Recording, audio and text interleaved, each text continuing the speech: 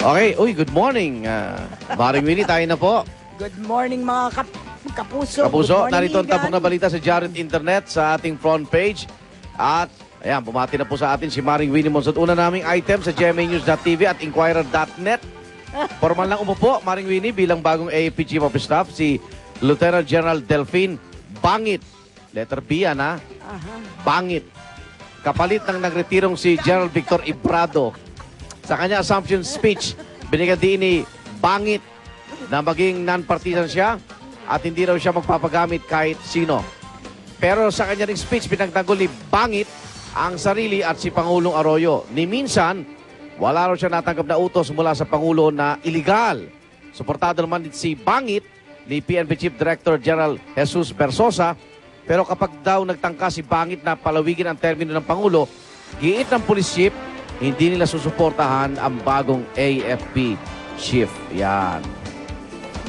Kaya siyempre, kung gusto nyo lumigaya, ang ating buhay, humanap tayo ng Bangit. At andyan na siya.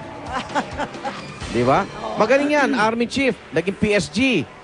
Track record, okay naman. Sabi nga ni Maring Winnie, sabi natin dito, ako Commander-in-Chief, ba't ako pipili ng gusto ng oposisyon? Siyempre yung pagkakatiwalaan ko, di ba? Oo, at saka talagang in line naman si Bangit. Sinasabi na natin just because siya ay naging PSG, hindi ibig sabihin nun tutang-tuta na siya. Ni Pangulo. Meron siyang assignment, gagawin niya ang assignment niya. Ganyan talagang militar. Hindi ba?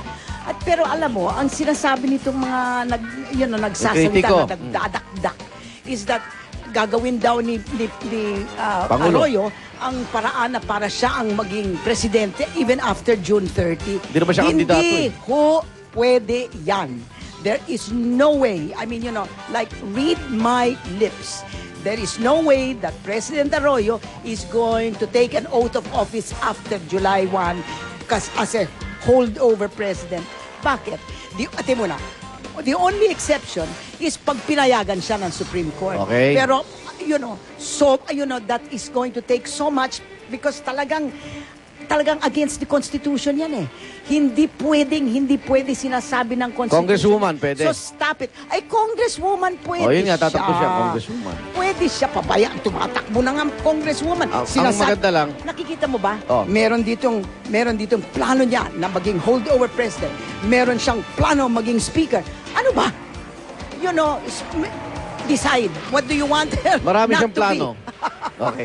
Pero maganda rin sa sinabi sa speech ni General Bangit na sa Diyos lang siya magpapagamit. No. At saka sinabi naman niya, alangan naman magsisinungaling siya. The President has never given me an illegal order. At saka kung bibigyan siya ng illegal order, sasabihin niya, hindi ko kaya yan. Hindi ba? Ganyan ang militar. Pag sinabi niya sa Diyos lang ang magpapagamit, kaninong Lord? Ang dami dyan, gambling Lord.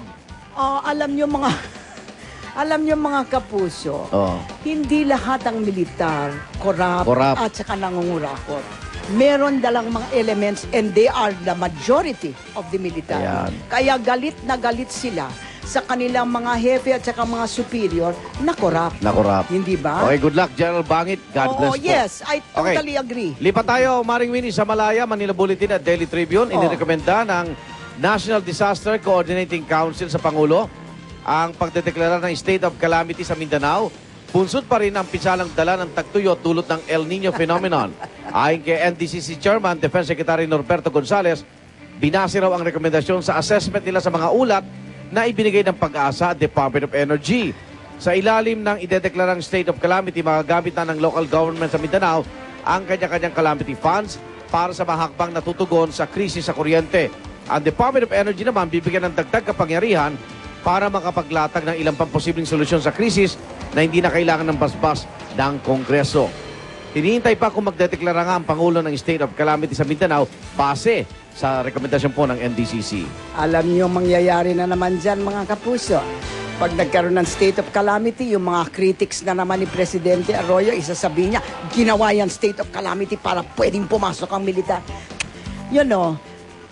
Number one, mga kapuso, wala namang ginawang tama ang Pangulo. Alam ng buong mundo, I mean, not ng buong mundo, but certainly the Department of Energy, na ang Mindanao is most of its power comes from hydroelectric power.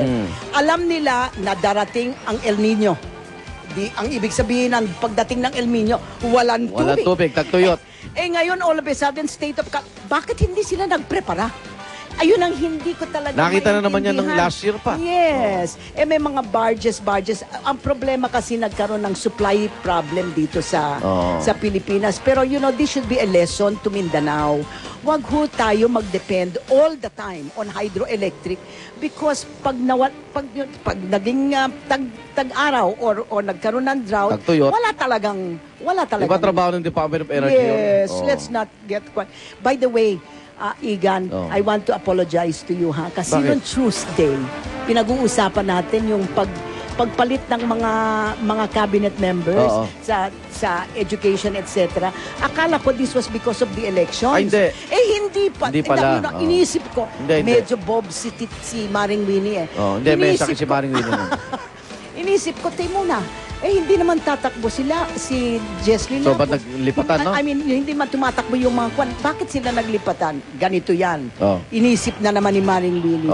Because Peter Fabila was going to be transferred to Monetary Board kasi yan 4 na taon yan.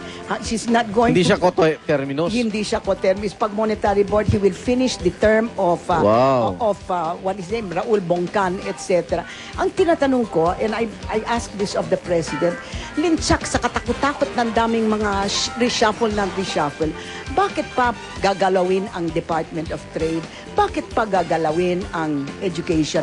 So, please, I'm sorry, you were going to say that, Yes. and I Okay lang. cut you off. Hindi, okay lang. Nako, Pwede naman galawin ng nakakatok Office of ko the siya. President. Okay. Sa Sunstar, kinumpirma ni Cebu Archbishop Ricardo